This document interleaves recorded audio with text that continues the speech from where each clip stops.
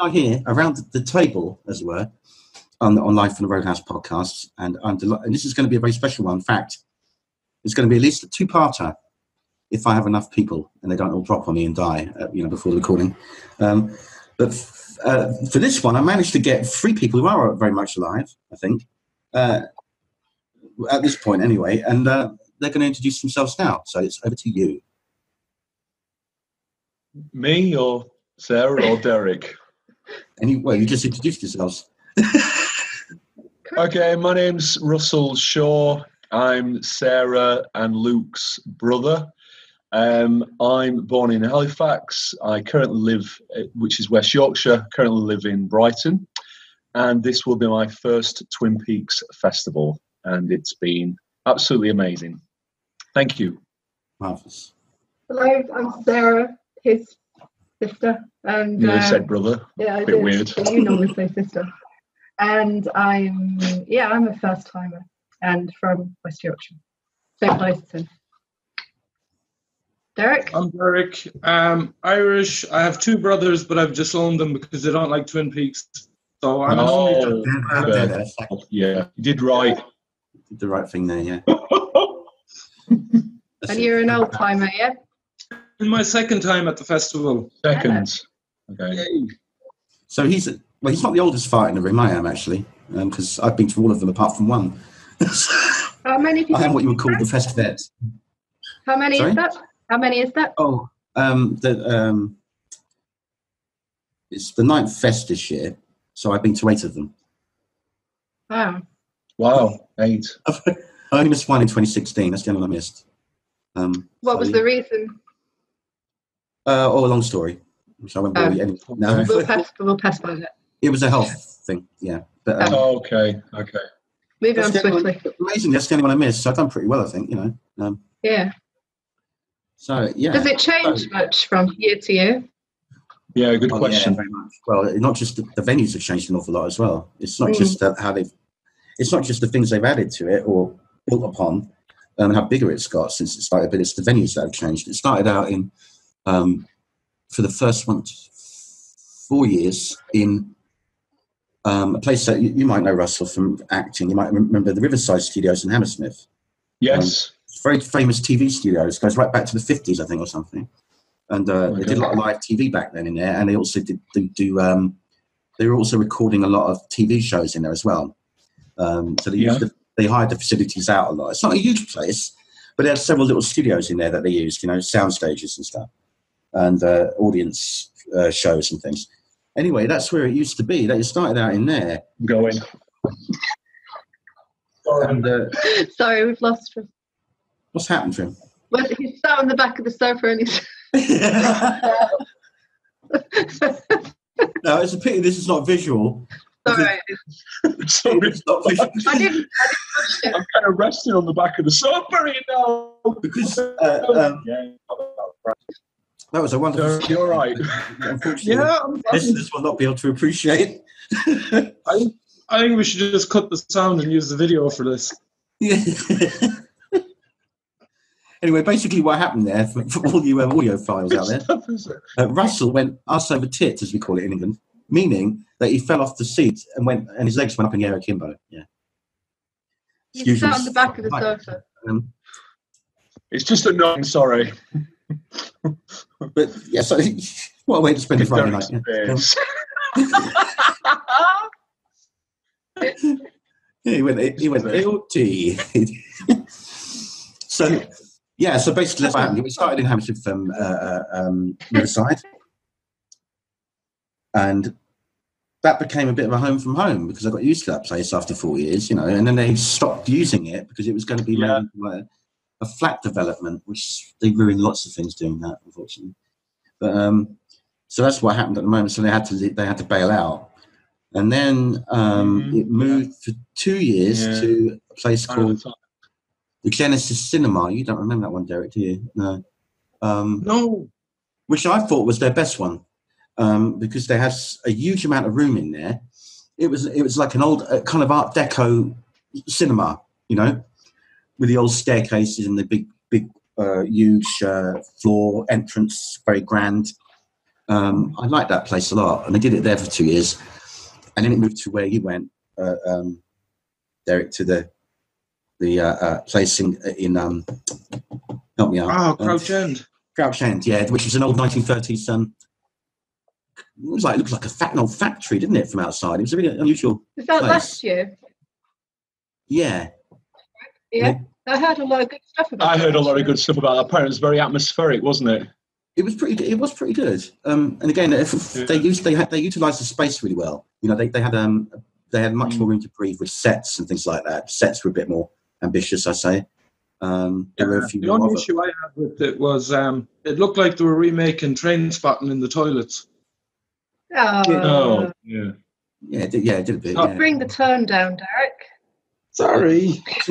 Luckily, there wasn't any crawling babies on the ceiling or anything, but Quiet there. I did walk into the toilet and came James Marshall, and the automatic thing to do is shake someone's hand, but we're in a toilet, so we did the elbow bump. There's no shaking of hands in toilets whatsoever. That's just weird. Yeah, you don't do it. Yeah. So that place was pretty good actually. I really liked it there. Did you like that place, Derek? I loved it because there was loads of room. We could all hang around in the corridors or in the hall. Yeah, there was much more space, and if you were VIP at that time, which I was doing it then as well, but I missed the 2016 one. That was the first time they did it, and then I went to last year's one there. So they've done 2 there, and now their new home where they were for the one we went to. But they had a nice. Why did you not go there this year? Why not that venue this year? Again, I think it's been taken over by some other company, and they're changing it into some other kind of venue. Oh, I see. Something like that. It's been changed into something else, or I don't know the full story, but again, that's the reason why they couldn't get it. So that tended to be the case. It was changing something or being refurbished in some way, so therefore they had to find an alternative every time. I see. And this is where we are now, at the Irish Centre. So this is a new home at the moment. Yeah. Hello. Frank, can we just introduce Millie? Hello, Millie. To Snowy. Millie the cat. Yeah. Derek? And Derek and Frank. We just left for her title fight. Oh, okay. Yeah, she's having a running battle with the cat every night at 9 o'clock. So if I have to run and you hear howling, you'll know why. Well, hi, Millie.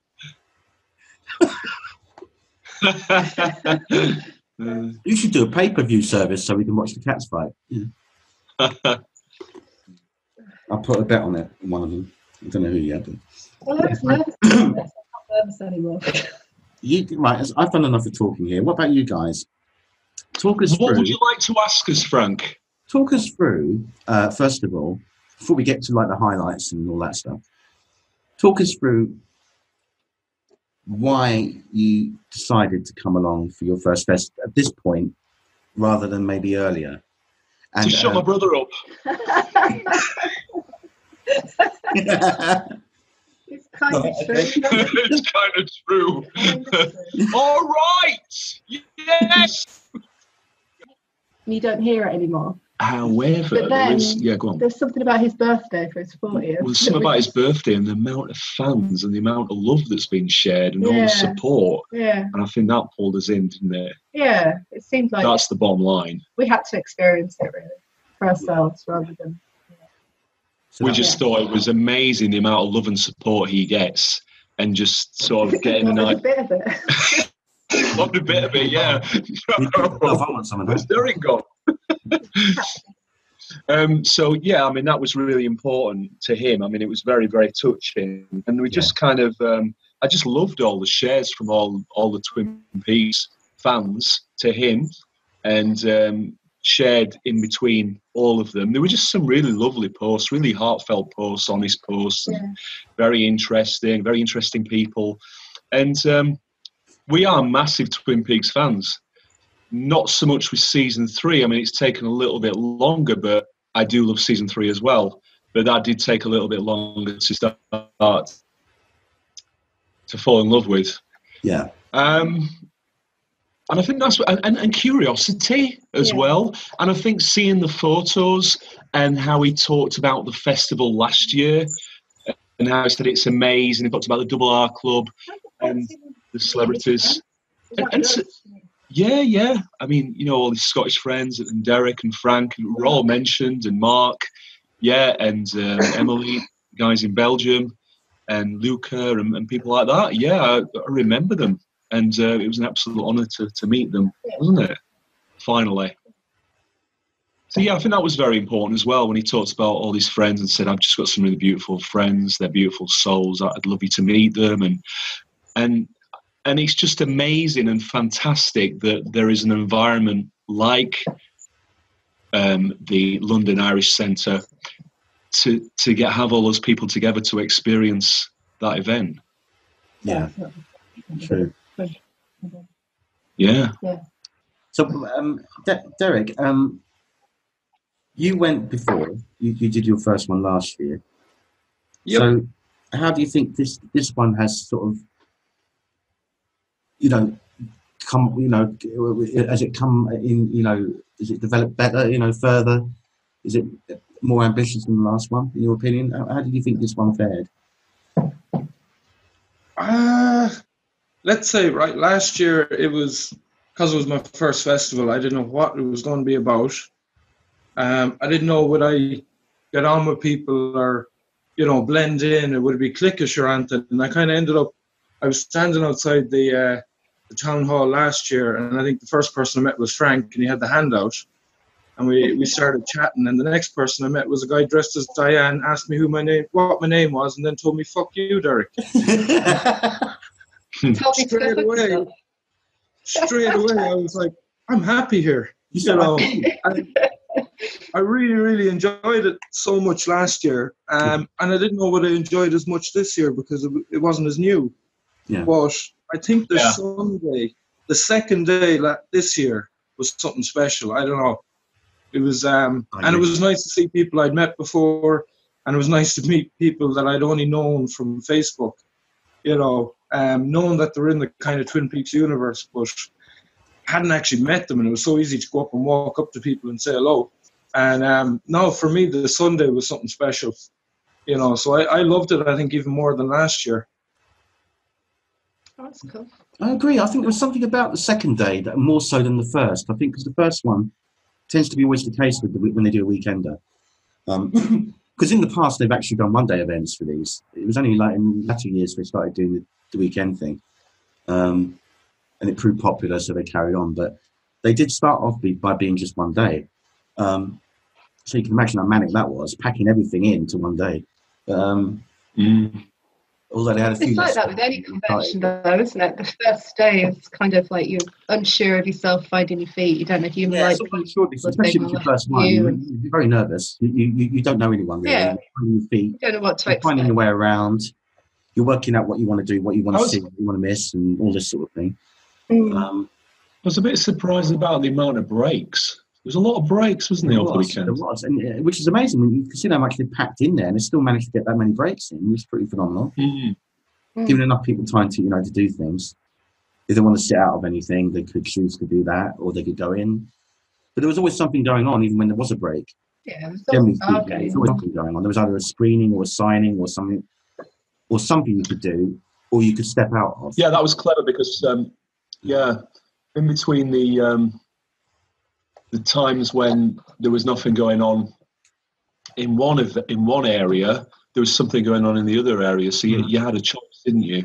What you could do, I thought was nice. Well, if you're a VIP.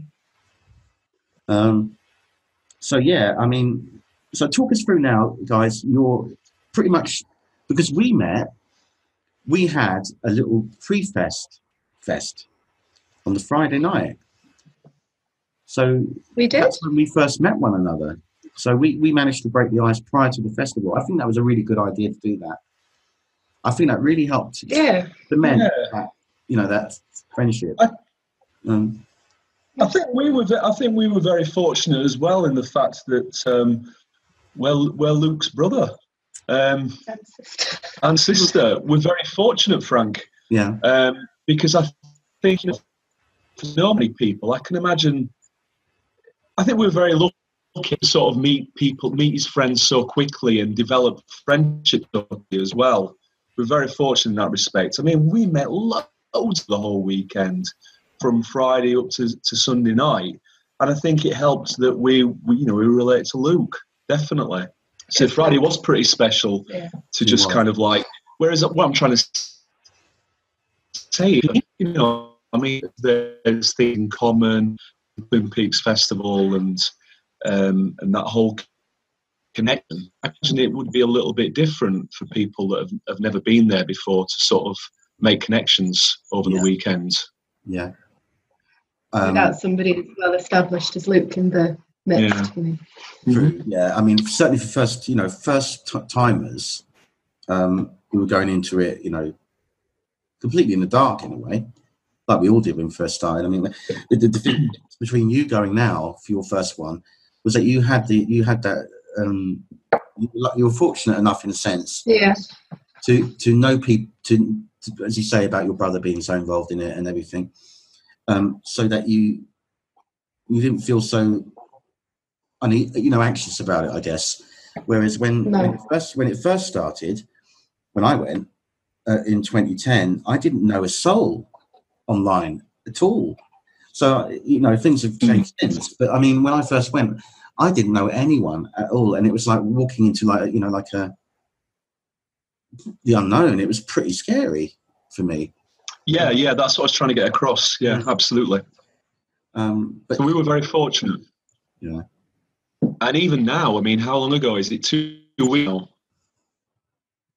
Was it before the wheel, did you say? Well, no. Just a lot of the memories. It feels like it was before the wheel, yeah.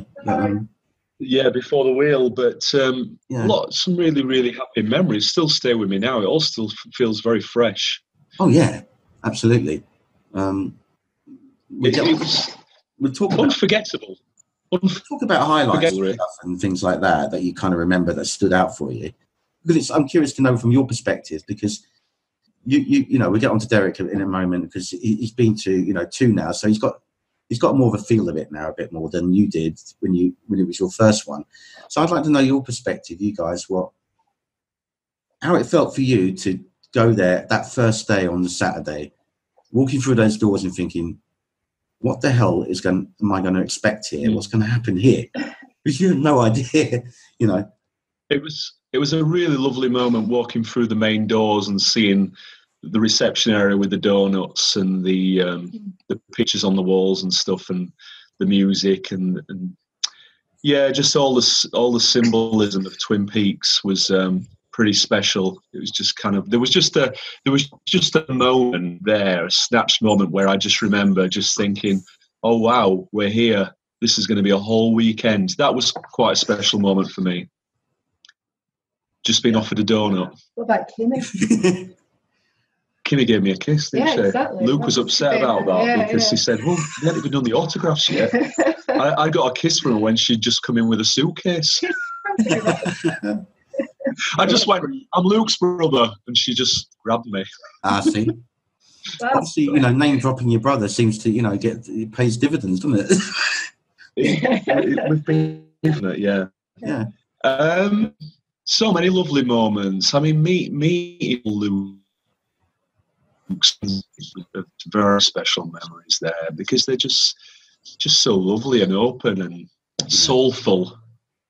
And see, they're just very very spiritual beings, and I think being a fan of Twin Peaks really helps that as well, because it's just a ritual show. So there's just that connection.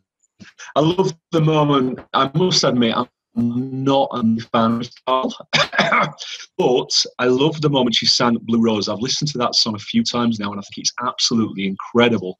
And the way she sings it and performs it is just absolutely mind-blowing. Yeah. That was probably the first time I think I heard. No, it was the second time I heard that song. Lucia was pretty special. Yes. Yeah. He was pretty special. Yeah. And And the people that ran the festival was really nice, a real highlight for me because Luke had told me so much about them. They worked very hard, yeah. The VR experience, that was pretty amazing. It'd be even better if the guy in that shed would have been touching us on the back of on the shoulder or in the Black Lodge. Yeah. Well, that would have really so many moments. Really, the singing was extraordinary at times. I can't remember all the acts, but some of the singing was just amazing.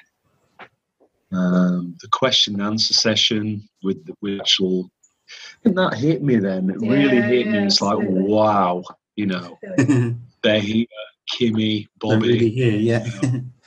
They're really here. John Chad came in on there. Yeah. I really liked him. Big fan of him. I look from what people were saying about him. I really liked him. Oh, John Piricello, you mean? John Piricello, who Deputy Chad was on the 11 letters for his surname. Yeah, it's a really it's loads of double letters in it, a double R in it, a double. So many moments. The black box was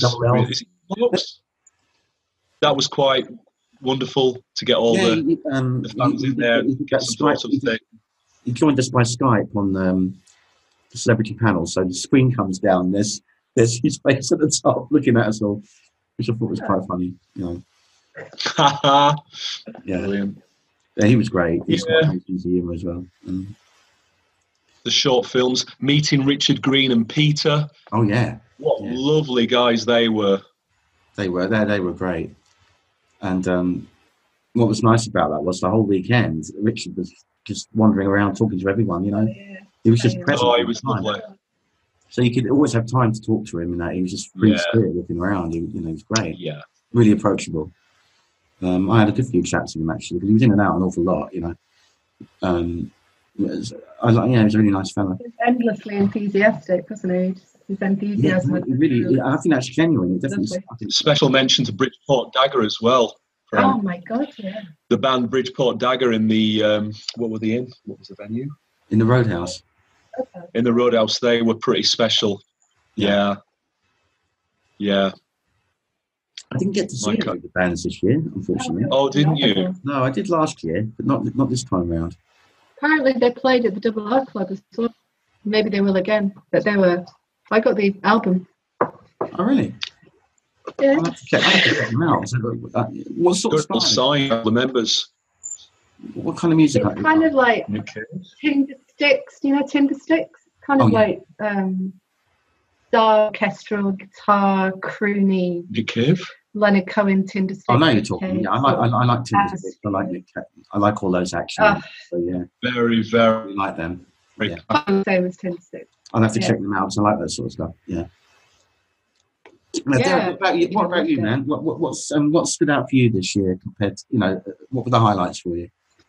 Oh, I don't know. I loved, actually, you know what? I was talking to Noah last year. Last year I went for the first time, and to walk into a room with 7 of the cast was kind of freaked me out in a good way.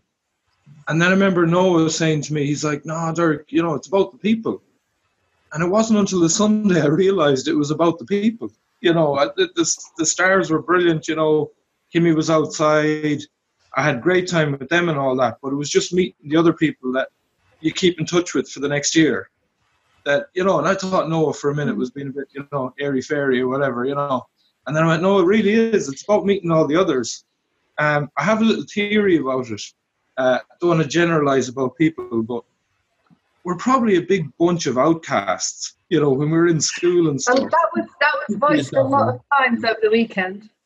Yeah, and then all of a sudden, we're not used to being mingling in more than 5 people. When you have 500, it's like, holy shit, this has been so... You don't generally mingle with 300 people, on an every Yeah, but all going there for the same thing. It's unheard of. It was brilliant, and I think it's that kind of show because you have to be that little bit weird or that little bit, offbeat to enjoy it, that you're not going to get your usual crowd at it. Well, you must be comfortable with that description. Sorry, no. You call Off me beach. Oh, Off Jesus, beach. no. Offbeat, sorry. Off beach. Jesus. No, you brought down the tone. We're even. offbeat. I think we Off probably are a bit beach. offbeat, actually. You know, We have a beach in Brighton. But off beach. Yeah. Off Offbeat. beach. Off beach. Sorry, carry on, Derek. Sorry, Derek. No, I don't know what to say now. Sorry. No, it's cool. You know what? When I walked in and I saw Blake Morrow's photograph, Oh, he was And lovely as well, the wasn't he? perfection Yeah. and the vision of somebody who'd come and done that, I knew that I was in for a good time. And That was fascinating because from a distance, actually, when I was looking at his photographs, because obviously I can't see anything without my glasses, and most of the weekend I didn't have my glasses. So everything looked either really attractive, it usually does when you can't see very well, or dim light helps as well, you know, in pubs and that. Everyone looks more pretty. But I was looking at the pictures that he had hanging on there, and it had like the red room bit. And it looked like, I was thinking I was looking at Laura on the photograph. There was a blonde sitting on the seat. Mm. And I thought, wow, how did he get Cheryl Lee to do that photograph? And on closer inspection, when, you know, like that, I realised it was a model. Mm. But by God, if you take a couple of feet back from it, just so it's slightly out of focus, Yeah. I was convinced that was Cheryl Lee. Yeah. He done such a great job of like tricking the eye. They're amazing. Mm. Yeah, they were Absolutely stunning. amazing. We bought one for Luke, didn't we? Yeah. Or it's signed by. That was lovely. That one you got. That was They set the standard. Those photographs set the standard for the you know, the entrance. It's a good point. Yep. Really, Mm. yeah. It was the first thing you probably saw. Lovely guy. They were probably the first things you saw because the gallery was just down the hall when you got inside, wasn't it? So you probably were. That was probably the first things that caught your eye when you. That was my first impression. Donuts and Blake Morrow's pictures. And the donuts, yeah. And trying really, really hard to pin a blue rose to my shirt with the tiniest safety pin notes in there. I got the blue rose. I got the Safety blue rose, but minus the pin. I didn't get a pin with my blue rose. I had to get 3 pins too. I'm going to complain to my ombudsman about that. Yeah. It's a small quibble, but small quibble, yeah, and it was a small pin, so I'll bring my own pin next time. So, but yeah, I'd echo everything Russell said as well. I think Benjamin Lush and his Rose were just Double R Club. Double R. So much energy. Just phenomenal. I think I took the most photographs of Benjamin Lush actually. When he was doing his intro with just the light on the microphone, it's just like strobe lights. I took about 1,000 pictures. Phenomenal. What a performance. Very effective, thing, but it's just that's what it is, a light on the, but he just uses simple props to great effect. Yeah. Very talented man. He is. Yeah. He writes poetry and he writes novels, and he's got novels out. Had a real confident manner about him. He just had a real presence about him. Actually, he was very good. I'm sure Luke got everything that he's ever done, but that would be a key Christmas present, wouldn't it? Yeah, it would. He held the cabaret together for the whole weekend. He held it. He held the crowd in his hands. He had the crowd in his hands, should I say? For the whole cabaret weekends. Yeah, he's got. He was good. I was blown away. We were in palm of his hand, basically. He's definitely got a presence to him, hasn't he? Yeah. He's definitely got a presence. Very good, and his wife was equally as good. She was great. Yeah. She was really cool. She's the heart. She's the heart. Yeah, definitely. Yeah, I think so. He's nice pair. Nice couple. Yeah, that's the thing. Nice. Can you just edit that bit out? Nice marriage. Nice people. Yeah, that's the one. I like Twingo as well. Oh yeah, Twingo was great. Twingo was brilliant. Clever, very clever. One of my favourites. I loved it. I love going to do that, watching that. That's the highlight at the end of the. I think if I had one criticism there though, Twingo was on at the same time as Firewalk with me, and Sarah wanted to see Firewalk with me. But it's strange that they were on at the same time. Yeah, that's difficult for them to cram it all in. I guess. Yeah, it's just. Yeah, of course it is. Yeah. I just love to have seen Firewalk with Me with fans on the big screen. There's something special about that. I also. Yeah. Did you guys get some laughs? Mulholland Drive, because that was screening as well? Did you see that? Mulholland Drive. Oh, I really want to see that. I watched it. And it's bloody brilliant. What was on at the same time though? Oh, no, that was on a different day. That was on the first. Yeah, was that when the Belter played? Yeah. I don't know what that clash. When we had to go to the rail car. There was something clashing, There was and you something went. clashing. I know. I can't recall what was that. That was. I think they showed Mulholland Drive on the Saturday, and they showed Firewalk with Me on the Sunday. I don't know what it was, Frank, but watching it in that festival on that big screen with fans of David Lynch. Oh, it's a quiz. Maybe it was a quiz. It was the quiz. It was something special. Maybe. Really was. I've watched it so many times, and for some reason, that was just watching it in that environment with those people was just amazing. Yeah. It was just amazing. There was something about it. I just kept finding new things in the film that I hadn't seen before, and I appreciate it in a whole different way. You do. And I don't, because of the environment I was in. Yeah. But it was amazing. Did you see that, Derek? Did you watch any of the big movies there, or not? I watched a bit of episode 1 on the big screen. I saw the glass box scene. Oh yeah, sorry. I did, that's the only thing I did watch. On the opening morning on Saturday, I watched the whole of episode 1 of season 3. Yeah, I watched all that. It's brilliant. That's the only time I was sitting there for a long period. I went numb, on the seats. I couldn't sit down for very long in there. So that's the only thing I actually sat down for an hour for to watch was the very first screening of episode 1, season 3. That's the only thing I watched all the way through. And I had to get up and sit. That festival on there. Yeah. I'm glad I saw it on the big screen. I'm glad I saw it because that was an experience. It's just going to, just gone to the toilet. Sorry, Derek, carry on, man. Sorry, I was interrupting you, I think. No, you're all right. Because I watched episode 1. I watched especially the glass box scene on the proper cinema screen with the sound, and I appreciated it so much. I was like nearly going to go, oh, where do I get good speakers? Yeah, I have to think about the neighbours and stuff. But it really brought a lot more out to it, and I ended up watching a bit of Mulholland Drive, the bit where the two guys are in the diner and the monster. And that was good. And my only regret is when I was in LA in June, I wanted to go to that diner, and even more importantly, I wanted to go to the diner in episode 18. And I didn't make it, but I'm going back again. What, the actual diner? The diner from episode 18. That one. I thought you meant from Mulholland Drive. Yeah, I did.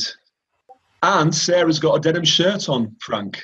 Blue denim shirt, which would scare the hell out of Luke 5-10 years ago. Oh, because it reminds me. When he was 10. When he was 10, it would have terrified him, that shirt that she's got on. Huh? It reminds me of Bob, that way. Yeah.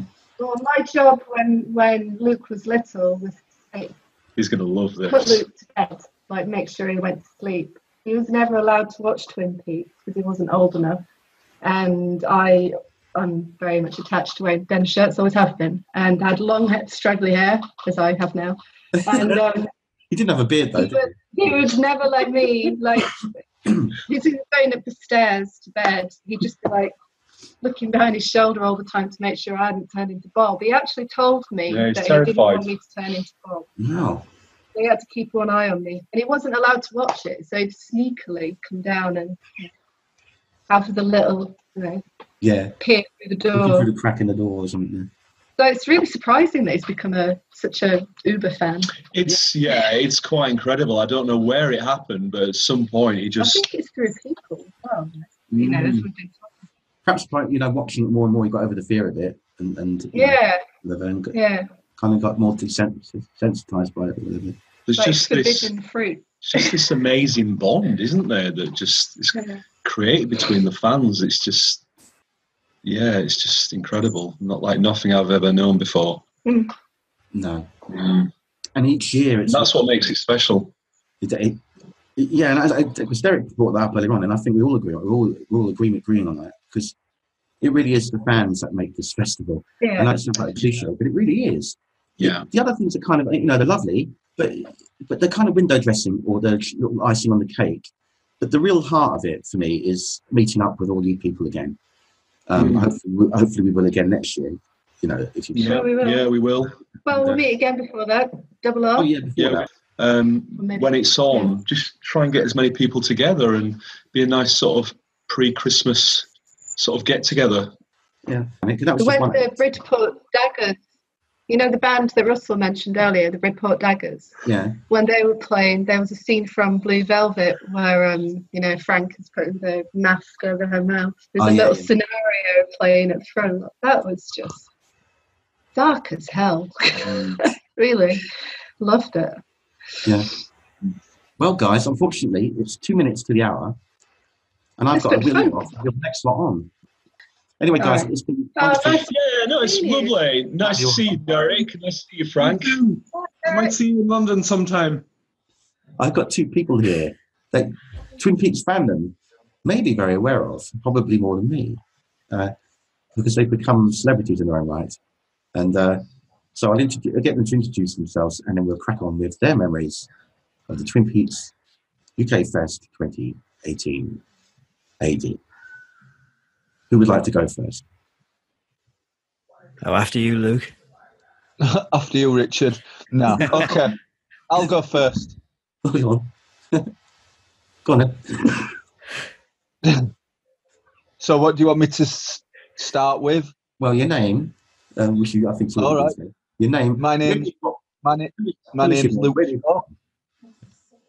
You come from. Sorry, say that again, Luke. I cut you out. Sorry. My name's Luke Shaw. I come from Brighton, UK, England. Great. What's your postcode? No, you don't have to go into that. Too much detail. Are you a first-time fest goer? No, this was my 5th year. I went to the first one in 2014. That was a cracker. Yeah. That was a cracker. Cheryl Lee and Dana Ashbrook. Dana Ashbrook. Dana, yeah, that was a great one, man. I'll never forget that one. That still sticks in my mind as one of the best ones. Seriously. Yeah, that was my first too. And what a great introduction to you. This man here, who's also has a channel called What the Haiku, which has been doing rather well. Yeah, it's doing very well actually. Even the he's brushing shoulders now with the Gentry. I get at least. Yeah, I do it. I do a Twin Peaks haiku every day. I've been doing it for I'll have to listen 255 days now. Yeah, it's on YouTube. It's just called What the Haiku, Twin Peaks Poetry and more. But yeah, you'd be happy to know, by the way, Frank, that the haiku I did with you actually has more views than the haiku I did with Dana Ashbrook. Yeah, one or two more views. So you're obviously a bigger celebrity than you think. I find that difficult to believe. Well, I didn't get to talk backwards with Dana Ashbrook. So. Shot me to the core with that relation. Yeah. So I bet it's very nice to know that. Yeah. Getting back to this now. Okay, you guys. So we're getting a sort of equal footing experience in a sense. Although we all take away something different from these things, but we are the ones on here that have all been before, more once. Whereas other guys have only been, that was their first one. So we're going to have a different spin on it a bit. But from your point of view, your perspective, guys, and anyone can jump in, what do you think, how do you think it's come on? How do you think it's, have you seen that transition between your first one and the one we're at now? And how do you think it's kind of developed and grown? Well, it's got a lot bigger since 2014. I mean, that's an obvious thing to say. That was a cinema. There was a couple of rooms, and mainly through the day it was just screenings. Screenings of episodes. I think I remember they showed the pilot and they showed episodes from different points in the series. But in amongst that, obviously there was some short films. But that was really it, and the bar basically. That was, I wasn't a VIP. I wasn't a VIP the first year. I just had a standard one, so I didn't get to do any rock throwing or anything like that. But I remember it was Yeah. No, I remember it was the bar and the cinema screen, but that was great because it was my first time, and it just meant there was less. I could just concentrate more on talking with people and easing into it gradually. Whereas this year, or certainly last year and the year before, it just seems to have got bigger and bigger with more activities and different things going on, and the tattooist and stuff like that. It just seems like they're adding different bits to it every year. Yeah, there's all these sort of extra little touches that they do, expand upon a bit. What do you think, Luke? What differences have you noticed, from when you first went to now? Same thing. What Richard said, really. It's it has got so much bigger. The fandom of the fans going to it. It's a lot more people, bigger rooms, lots more to do. If I go back to when we were at the Genesis Cinema in 2011, and there was an art studio there, and there was a screening to watch the Twin Peaks pilot and some of the episodes, and then you had the Roadhouse and the Screaming Log. Now it's just the Screaming Log was one of the highlights. Yeah, I love that. And it's just got bigger every time. I think so. Yeah, Lindsay's booked bigger venues now. It's a lot bigger. More people are coming to it, so there's a lot more activities because we've started getting Mr. C's Tulpa's art class, and that's a new thing. That was another new thing they added. Art macabre. And last year with the owls was fantastic as well. What's that? Sorry? Last year the owl display, that was really good. I missed that, and I was really hoping this time around, because that was before I saw what the venue looked like. I was really hoping they were going to bring that back because I missed it, and I kicked myself missing that. I thought, please bring it back this year. They didn't, and then I thought, where they wouldn't have been able to do it where this year in this venue. I don't think the venue would have accommodated it very well. It wasn't very high in there. No. I don't think they could have done that very well, but that was a shame. Yeah, it's definitely got bigger. I don't know. I thought this venue was smaller myself. I thought it was definitely smaller than the Hornsey Arts Centre. Yeah, a lot more people. I think the same amount of people, but just crammed into a different kind of area. It's a very different kind of space that was this year than Hornsey. It was, yeah. Yeah, Hornsey's got that whole Art Deco look. Big, huge, great ceilings, and it seems a bit quieter there when really I think there's the same amount of people. There probably was, yeah. It just seemed to have a bit more space, didn't it? So people were spaced out more. You didn't seem as if it was so chock-a-block, if you like. I think one of the nice things for me is that it's 2 days now. When I first went to one in 2014, it was just one day, and it was great, but it was kind of over.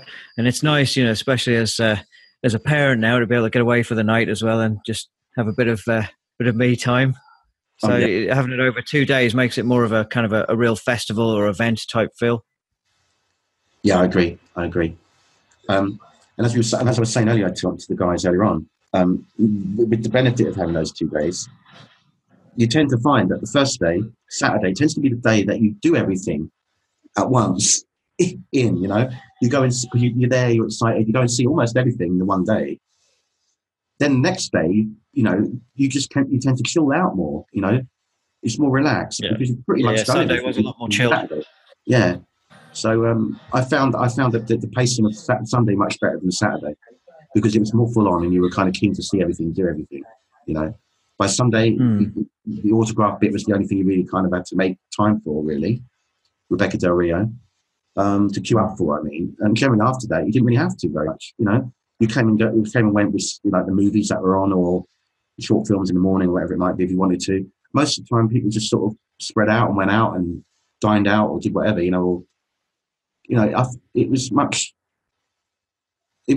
had just a more relaxed vibe about it, which I liked on a Sunday.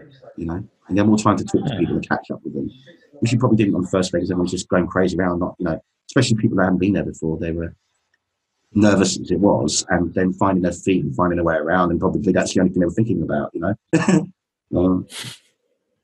Would you agree with that, Luke? Do you think Sunday was much more chilled than Saturday? Oh, without a doubt. I mean, Yeah. It was a bit manic for me because I was trying to get signatures for everyone on Lindsay's birthday. Not birthday card, but a thank you card, and then just sorting the presents out for Lindsay, Rose, and Benjamin, getting all that sorted out. So I was just up and down like a yo-yo on Saturday. Yeah, just getting it all prepared and making sure it was okay. So Sunday it was nice to have that Sunday just to relax a bit more because we did all the signings on Saturday. That's which right. was and that went on for quite a bit of time. So it was good how that was done. We had that time to get it out. Obviously, I'm friends with Kimmy, and it was lovely to see her again. And lovely to see everyone. I'm friends with Jake. So we had a little chat and met his mum and his family, which were lovely. Yeah, they were nice. Yeah, really nice, weren't they? And obviously, it was good to see Dana again. He actually remembered me from 2014, which is nice. That's cool. Remembered my name, which was nice. And lovely to see Krista and Rebecca Del Rio. It was just a really nice turnout, really chilled out and nice. And I think so. Really enjoying it. Yeah, that's the moment when I think people got more relaxed. They were kind of probably quite overcome by it all on the Saturday. The first time you walk through the doors, it's the whole manicness and spectacle of it. But once you found your way around and got familiar with everything and done lots of things, and you start meeting new friends, and then I think the mood changes and for the better. In a sense, by Sunday you're kind of you formed your new groups of friends pretty quickly. And you're hanging around with them, and you're relaxed more, and you're having more fun. But then you might have been on the first day, you might have been a bit more tense to start with. So you definitely see it change very, very rapidly in there. In 24 hours, the mood was so different, and I like that. I thought that was great because people were just all sitting around, just quite relaxed outside or around the park bit, or I think you need it. I think you need it, don't you? After a Saturday that's just full on. And then it was very exhausting that first day. I thought it was. I found it very tiring. Yeah, it's very tiring. Yeah, I can't imagine what it was like to organise it all on Lindsay's part and all the team. But they did a tremendous job as always. Yeah, always very creative how they used to speak. Because they have to invent scratch. I say it every year. It's so great seeing the Double R, Benjamin and Rose. Just love them guys to bits. They just do a tremendous job with all the artists. They're just great. Yeah, I think they did a good job with that venue as well this year because, to be honest, Hornsey lends itself more to this kind of event because of just the look of the place. And if you walk around that Irish Centre, it was obvious that it's more of a kind of functional building. But obviously, all the red drapes and the decorations they'd put in there, that must have there was a hell of a lot of scaffolding around the place that had been put up inside, and then to make it look like a place for the Twin Peaks Festival. Because Hornsey's quite easy; you string some fairy lights up, and you're in business.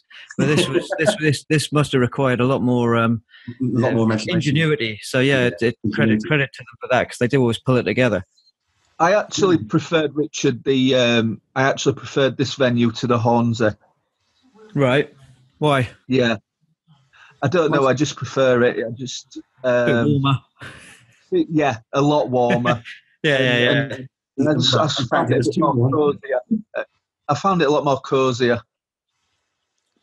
I think what I did like about this one compared to the others was the fact that they had that added extra of having a park there. So they could build it, have the train set out there, train car set there out there, and the trees, the sycamores.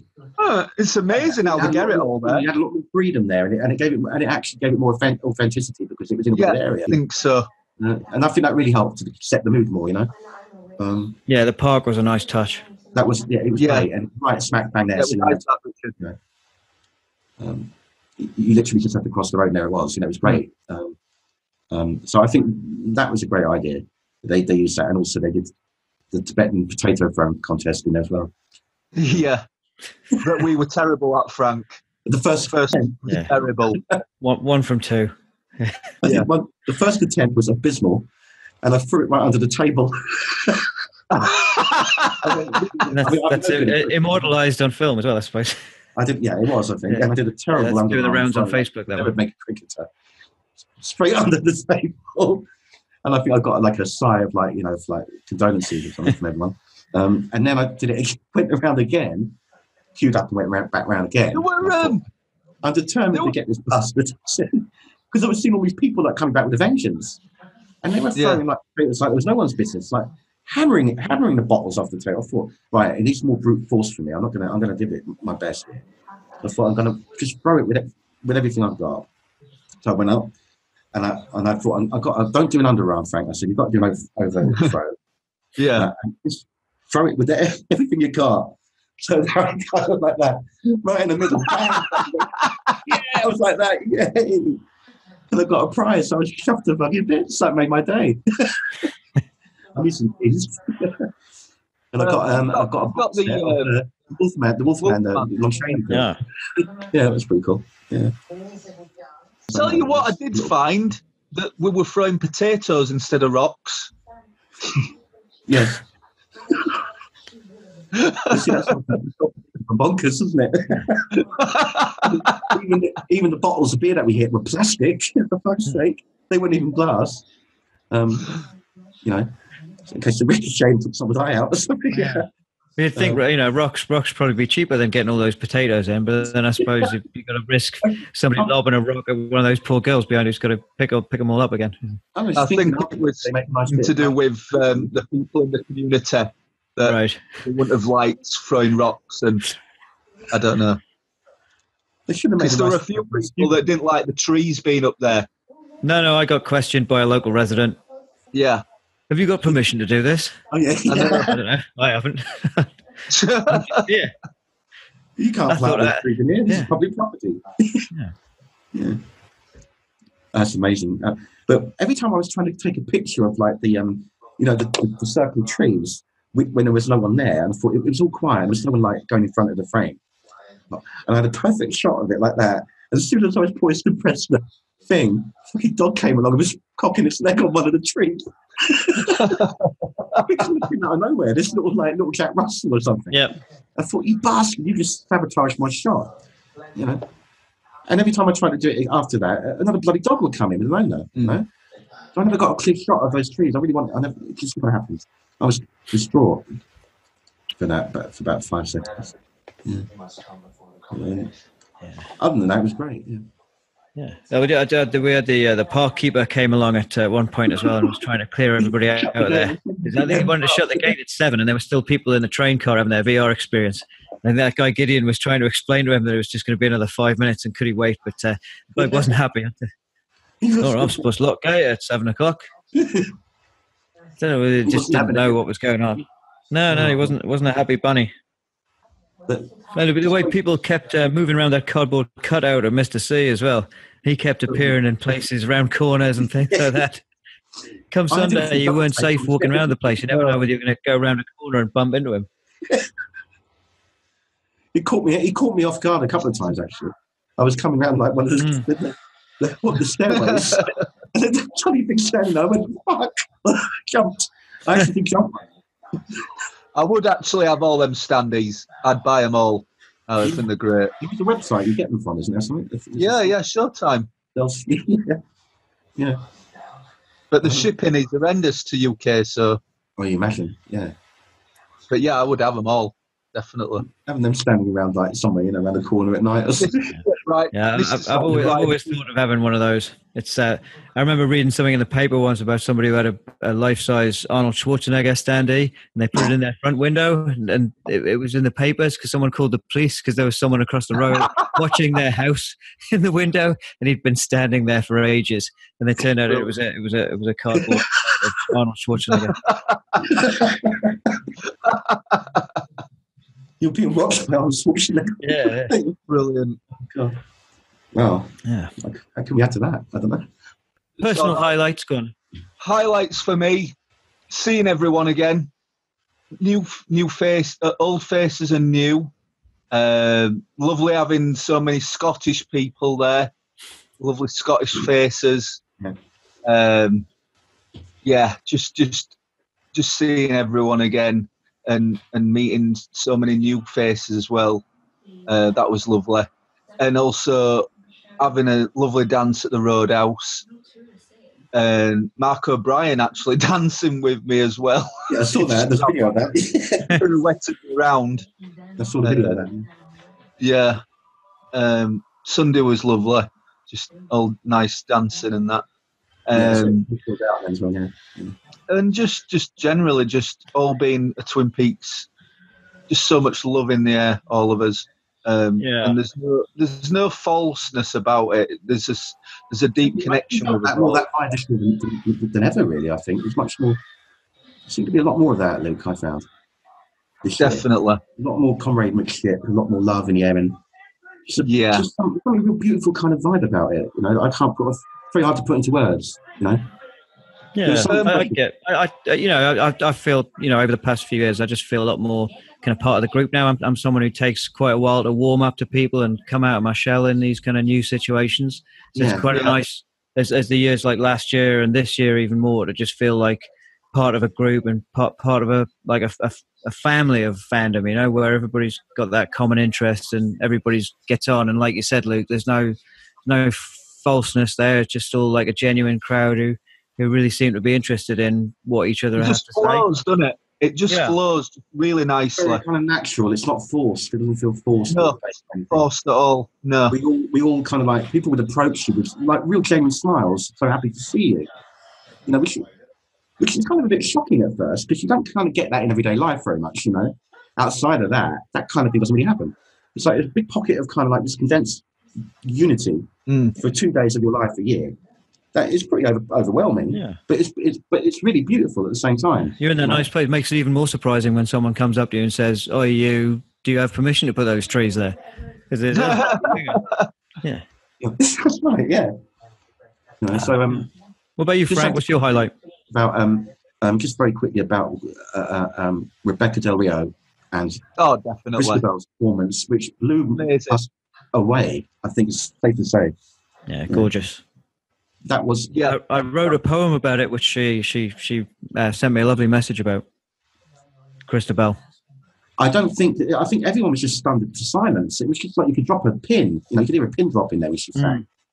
That moment was phenomenal to me, and I did get choked up. I did. A lot of people especially Blue Rose. Especially Blue Rose. Yeah, that was my highlight too. Yeah, that was a good one.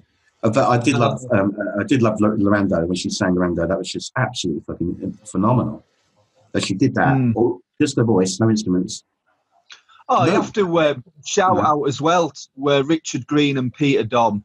They were great, man. They were great, weren't they? Met Richard in US Fest. Yeah, he was lovely. I do really like him. I think he's a great guy. And very Peter. Great passion for the project. We hung out at the pub and stuff, which was nice, Yeah, he was lovely. Yeah, really, top really guys. Yeah, he was really nice. Yeah, I agree. Well, guys, it's unfortunate we have to say au revoir at this point, but I'm sure we can come back for something else if I think of something. But until then, guys, I will see you and everyone else who's listening in the trees. Take it easy, Frank. Good to see you again, Luke. Yeah, good to see you as well again, Richard. Yeah. Thanks so much, Richard. Thanks, Luke. I really appreciate it. Very welcome. Have a good night, guys. Thank you, buddy. Take care. And you, buddy. Bye. Bye-bye. Bye. Bye-bye.